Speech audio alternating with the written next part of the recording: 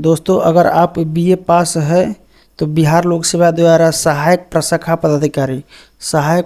पदाधिकारी का वैकेंसी आया है।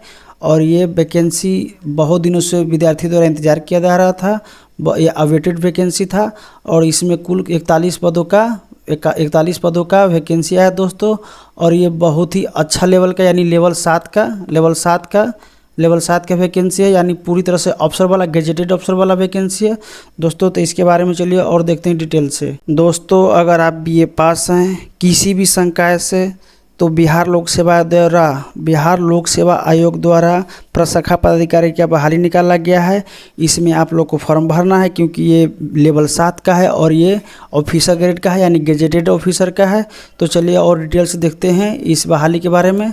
तो यहाँ देखते हैं हम लोग ये इस पद का नाम है सहायक प्रशाखा पदाधिकारी। आप लोग याद रखिएगा सहायक प्रशाखा पदाधिकारी। और इसमें कुल 41 वैकेंसी है, 41 सीट है, आप लोग याद रखिएगा। और यहाँ पर आपका कैटेगरी वार सीट दिया हुआ है, यानी जनरल में कितना है तो 16 है, जनरल में 16 है। आपका एससी में कितना है तो 9 है। यहाँ पर पिछड़ा वर्ग में कितना है 9 है। आपका वहीं देख लेते हैं आर्थिक रूप से कमज़ोर में कितना है तो यहाँ पर 4 है। तो इस तरह से सभी वहीं कुल वैकेंसी कितना है तो आपका 41 है। और क्षैतिज रूप से 35% बहाली महिलाओं के लिए यहाँ पर 13 है। तो इस तरह से आप देख लिए कि वैकेंसी कितना है दोस्तों। आगे हम लोग देखते हैं जो विद्यार्थी यानी हम लोग के काम का क्या क्या है। तो इसमें हम लोग देखते हैं कि शैक्षणिक योग्यता क्या है। मुख्य यहाँ फोकस शैक्षणिक योग्यता होता है।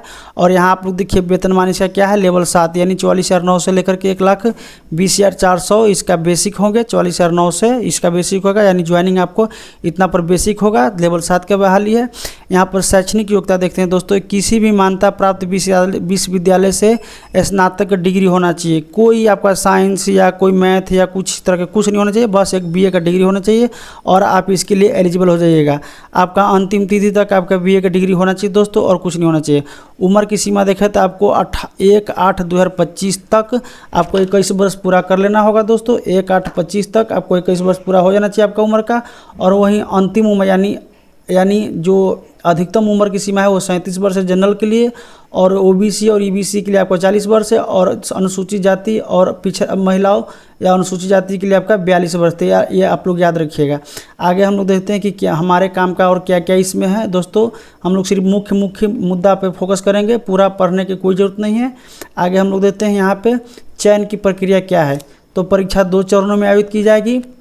प्रथम चरण में प्रारंभिक प्रतियोगिता परीक्षा का आयोजन किया जाएगा। प्रारंभिक प्रतियोगिता परीक्षा में सफल उम्मीदवार के मुख्य परीक्षा पुनः समय आवेदन आमंत्रित किया जाएगा। प्रारंभिक परीक्षा मुख्य परीक्षा में आवेदन दी गई सूचनाओं के आधार पर आपका चयन होगा और गलत पाया जाता है तो आपको वंचित कर दिया जाएगा।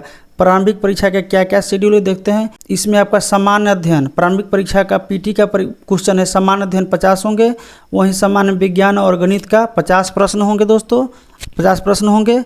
वहीं आपका मानसिक क्षमता का 50 प्रश्न होंगे, यानी कुल 150 प्रश्न होगा दोस्तों इसमें। और 2 घंटा 15 मिनट का टाइम दिया जाएगा। प्रत्येक प्रश्न के लिए 1 अंक निर्धारित किया गया है।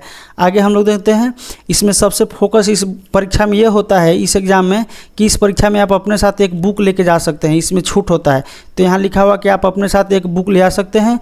और ये बुक कौन सा होगा तो ये आपका टेक्स्ट बुक होना चाहिए। टेक्स्ट बुक होना चाहिए, नहीं कि आपका आर.एस. अग्रवाल या फिर लूसेंट लेके चल दिए। एनसीईआरटी का बुक होना चाहिए, यानी किसी स्टेट का बुक होना चाहिए जो लेके आप जा सकते हैं। कोई कंपटीशन का बुक नहीं लेके जा सकते हैं आप। आगे हम लोग देखते हैं दोस्तों हम लोग के फोकस पे हम लोग की ज़रूरत क्या है इसमें। तो इसमें कुल आपका 40% नंबर आपको लाना होगा। पीटी परीक्षा में पास होने के लिए कम से कम 40% जनरल को लाना होगा। वहीं आपका पिछड़ा वर्ग के लिए 36% लाना होगा। और अन्य पिछड़ा वर्ग के लिए 34%। और एससी एसटी और महिलाओं के लिए, दिव्यांग के लिए आपको 32% अंक लाना अनिवार्य, नहीं तो आपका कॉपी जांच नहीं होगा, जान लीजिएगा दोस्तों। अगला तिथि हम लोग देखते हैं क्या है मुख्य फोकस इसमें। तो प्रारंभिक परीक्षा के प्राप्तांक संविदा आधारित अधिकतम मुख्य अंक परीक्षा के चुने जाने के उम्मीदवारों की संख्या कुल संख्या रिक्तियों की 10 गुनी होगी। अर्थात सपोज दैट यहाँ पर 41 वैकेंसी है तो इसके 10 गुना प्रारंभिक परीक्षा में चयन किए जाएंगे। 10 गुना प्रारंभिक परीक्षा में चयन किए जाएंगे मुख्य परीक्षा के लिए, यानी 10 गुना रिजल्ट देगा पीटी में मेंस के लिए। तो ये आप लोग याद रखिएगा। प्रारंभिक प्रतियोगिता परीक्षा में सम्मिलित होने के हकदार वैसे अभ्यर्थी नहीं होंगे जिन्हें संघ लोक सेवा आयोग में किसी कारणवश वंचित कर दिया हो या डिबार्ट कर दिया होगा। तो ये आप लोग याद रखिएगा। अब हम लोग देखते हैं मुख्य परीक्षा में क्या क्या पूछे जाएंगे। मुख्य परीक्षा यहाँ पर है मुख्य परीक्षा। तो मुख्य परीक्षा में 2 पत्र होंगे दोस्तों, मुख्य परीक्षा में 2 पत्र होंगे। किस तरह से दरोगा के मुख्य परीक्षा में 2 पत्र होता है, एक हिंदी और एक समान पेपर होता है, उसी तरह से यहाँ पर एक हिंदी है, समान हिंदी, और एक ठो समान विज्ञान समान होगा एक ठो, आगे हम लोग देखेंगे।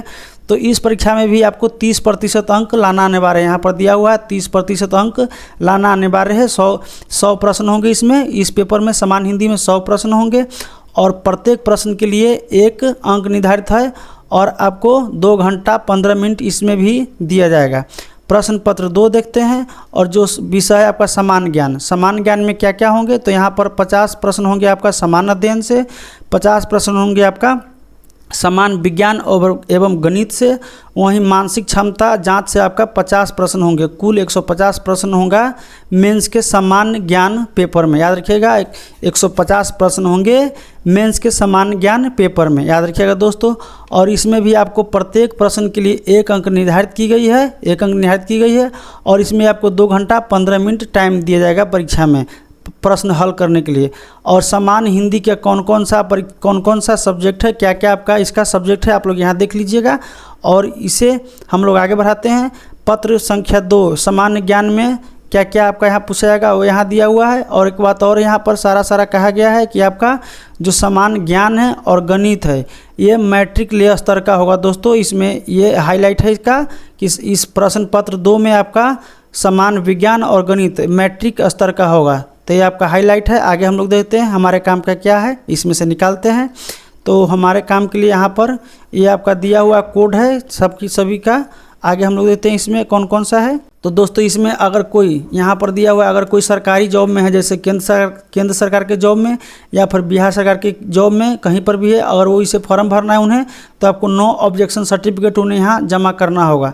आगे हम लोग देखते हैं यहाँ पर क्या है, अभ्यर्थियों की कोटिवार निम्न शुल्क। यहाँ पर हाईलाइट यहाँ ये है कि सामान्य अभ्यर्थियों के लिए शुल्क आपका 600 रुपये रखा गया है, 600। बिहार के अनुसूचित जाति, अनुसूचित जनजाति और एवं महिलाओं के लिए आपको 150 रुपये रखा गया है। जो आरक्षित महिला है या फिर जनरल में सभी महिलाओं के लिए 50 रुपये, 150 उन्हें लिए भी है। दिव्यांग है, 40% से ऊपर दिव्यांग है, उन्हें भी आपको 150 रुपये में फॉर्म भरने को मिल जाएगा दोस्तों, तो आप लोग देख सकते हैं। आगे हम लोग देखते हैं हम लोग के लिए आगे क्या क्या और इसमें है। हाँ, यहाँ सबसे मुख्य बात तो यहाँ है ऑनलाइन आवेदन पत्र भरने संबंधी तिथि एवं निर्देश। तो ऑनलाइन आवेदन प्रारंभ करने की तिथि आपको 29/5 है दोस्तों। यहाँ पर सबसे बड़ा इसको स्टार लगा लीजिएगा, 29/5/2025 से फॉर्म भरना शुरू हो जाएगा। और अंतिम तिथि क्या है, तो अंतिम तिथि आपको 23/6/2006, याद रखिएगा 23/6/2006 ये अंतिम तिथि है। आगे हम लोग देखते हैं इसमें और क्या है। यहाँ पर है जो नए विद्यार्थी है, जो बार बार बीपीएससी के फॉर्म भरते हैं उनके पास तो होगा रजिस्ट्रेशन, लेकिन जो नए विद्यार्थी उनके लिए 1 टाइम रजिस्ट्रेशन यानी OTR करना होगा।